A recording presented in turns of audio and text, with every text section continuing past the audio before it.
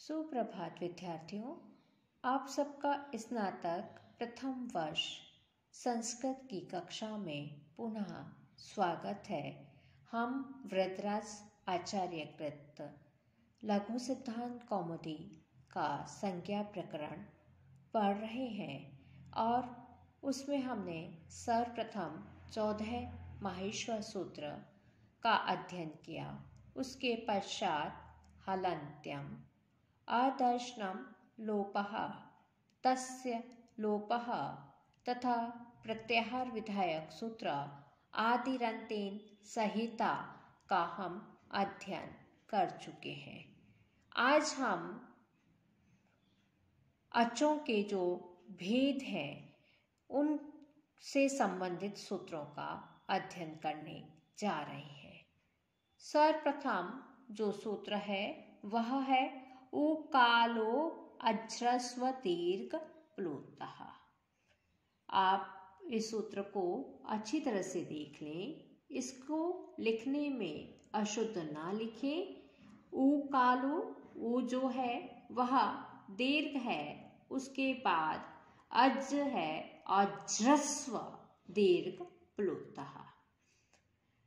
इसकी जो वृत्ति लिखी गई है वह है उश्च उश्च ऊश्च वह।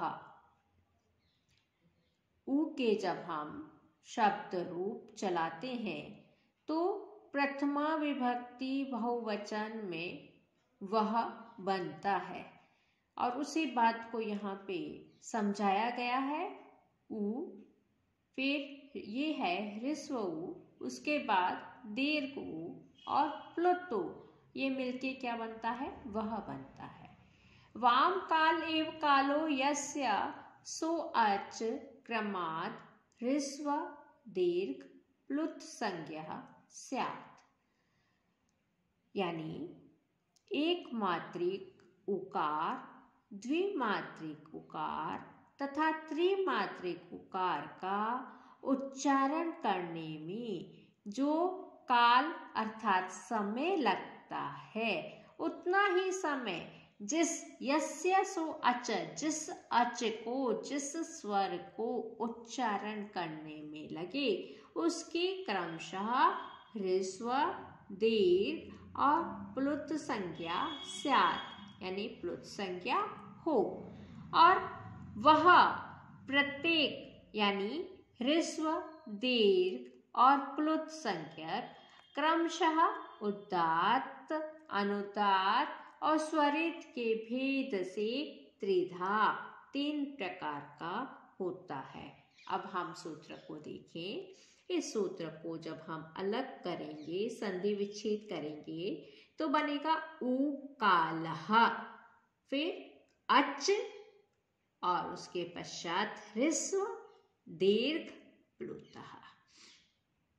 इस सूत्र में ही इसका अर्थ निहित है। उकालः, इसमें एक मात्रिक उकार, द्विमात्रिक उकार तथा त्रिमात्रिक उकार का बोध हो रहा है। हाँ, और काल का मतलब होता है समय।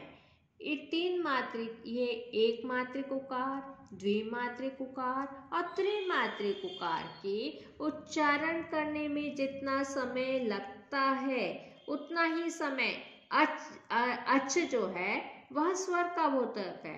उतना ही समय जिस भी स्वर के, जिस भी अच के उच्चारण में लगता है वह क्रमशः ह्रस्व, दीर्घ और प्लुत संज्ञक होता है। यहाँ पर एक प्रश्न मन में उठता है कि इन्होंने ऊ का ही क्यों प्रयोग किया? क्योंकि ह्रस्व, दीर्घ, प्लुत संज्ञा सभी स्वरों की होती है और यह जो भेद है वह उच्चारण काल अर्थात समय के आधार पे ह्रस्व, दीर्घ, प्लुत संज्ञा हुई है। यहाँ पे उकाल का ही क्यों प्रयोग किया? इसका उदाहरण है कि हमें संसार में स्पष्टतः जो उच्चारण दिखाई देता है, एक मात्रिक, द्विमात्रिक और त्रिमात्रिक ह्रस्व, दीर्घ और प्लुत ये जो उच्चारण दिखाई देता है वह कुक्कुट अर्थात मुर्गे की ध्वनि में हमें दिखाई देता है। मुर्गे की जो ध्वनि होती है वह होती है कुकड़ू कू। इसमें कू जो पहला जो ऊ है वह एकमात्रिक उकार है। फिर दूसरा जो ऊ है वह द्विमात्रिक उकार है और तीसरा जो ऊ है वह त्रिमात्रिक उकार है। तो ये जो हमें ऊ का जो उदाहरण है वह लोक व्यवहार में स्पष्टतः दिखाई देता है, जिससे किसी भी व्यक्ति के मन में यह संशय नहीं हो कि ह्रस्व ही होता है, दीर्घ नहीं होता या प्लुत नहीं होता। यहाँ पे कुक्कुट की ध्वनि में तीनों ही हमें स्पष्टतः दिखाई देते हैं, इसलिए यहाँ पे सूत्र में उकाल का ही प्रयोग किया गया है। पुनः देखिए इसी का अर्थ, यदि एक मात्रिक उकार के उच्चारण के समान किसी भी अच या स्वर का उच्चारण काल होगा तो वह ह्रस्व कहलाएगा। यदि द्विमात्रिक उकार के उच्चारण काल के समान जिस अच का उच्चारण काल होगा वह दीर्घ कहलाएगा, और यदि त्रिमात्रिक उकार के उच्चारण काल के समान किसी अच का उच्चारण काल होगा तो वह प्लुत संज्ञक कहलाएगा। अब आ रहा है, इसके भी तीन भेद होते हैं। इन्होंने वृत्ति में लिखा है सा प्रतीकम उदात्तादि त्रिधा भेदेन त्रिधा। वह ह्रस्व, दीर्घ और प्लुत भी क्रमशः उदात्त, अनुदात्त और स्वरित के भेद से 3 प्रकार का होता है। अब प्रश्न उठता है उदात्त किसे कहते हैं? इसके लिए सूत्र है उच्चैरुदात्तः। इसकी वृत्ति है तालवादेषु सहभागेषु स्थानेषु ऊर्ध्वभागे निष्पन्नो उदात्त संज्ञः स्यात्। इसका अर्थ है भागों वाले तालु आदि स्थानों में, भागों वाले तालु आदि स्थानों में जो आच ऊपरी भाग से बोला जाए वह उदात्त होता है। हमारे मुख में सभी उच्चारण स्थान है, तालु, जिह्वा, कंठ, है ना, ये सब उच्चारण स्थान है, मूर्धा, ये सब उच्चारण स्थान है। अब जिस स्वर का जो उच्चारण स्थान है, अगर हम उस उच्चारण स्थान के ऊपर के भाग से हम उस स्वर का उच्चारण करते हैं तो उसकी उदात्त संज्ञा होती है, और अगर हम उस उच्चारण स्थान के नीचे के भाग से उच्चारण करते हैं तो उसकी अनुदात्त संज्ञा होती है, और उसका सूत्र है नीचैर अनुदात्तः।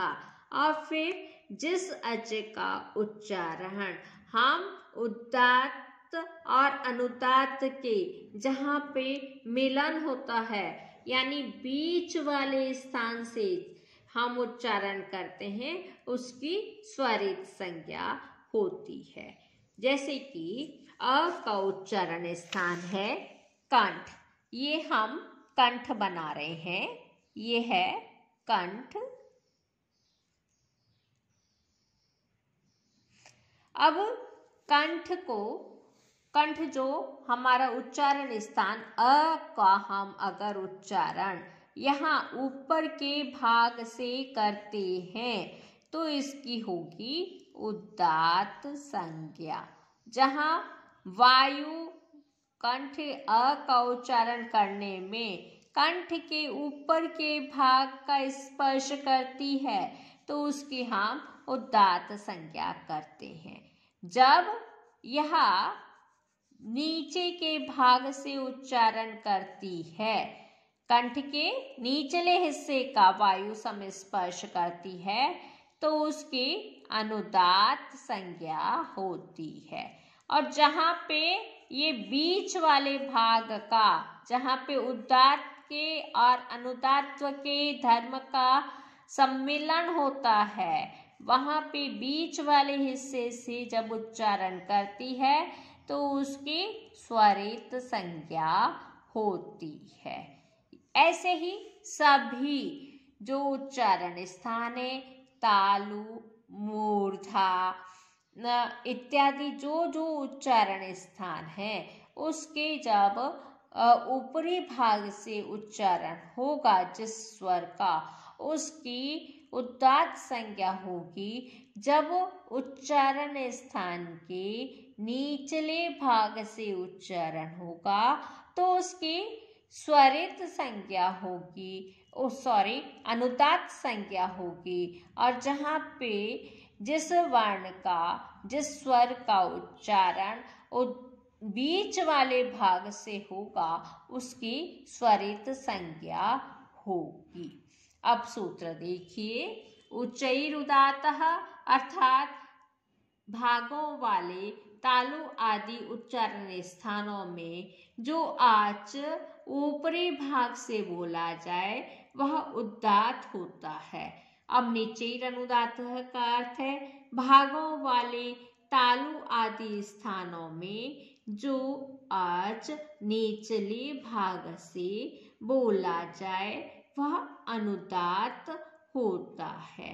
फिर है समाहारः स्वरितः। इसका वृत्ति देखिए, उदात्त अनुदात्तत्वे वर्णधर्मौ समाहृते यस्मिन् सो आच स्वरित संज्ञः स्यात्। अर्थात उदात्त और अनुदात्त वर्णों के धर्म जो उदात्तत्व और अनुदात्तत्व ये दोनों जिस अच में विद्यमान हो वह स्वरित संज्ञक होता है।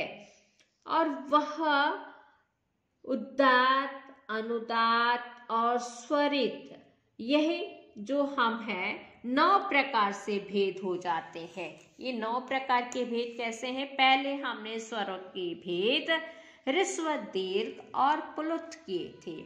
यह ह्रस्व, दीर्घ और प्लुत जो भेद है वह अच के उच्चारण काल के आधार पे हुए थे।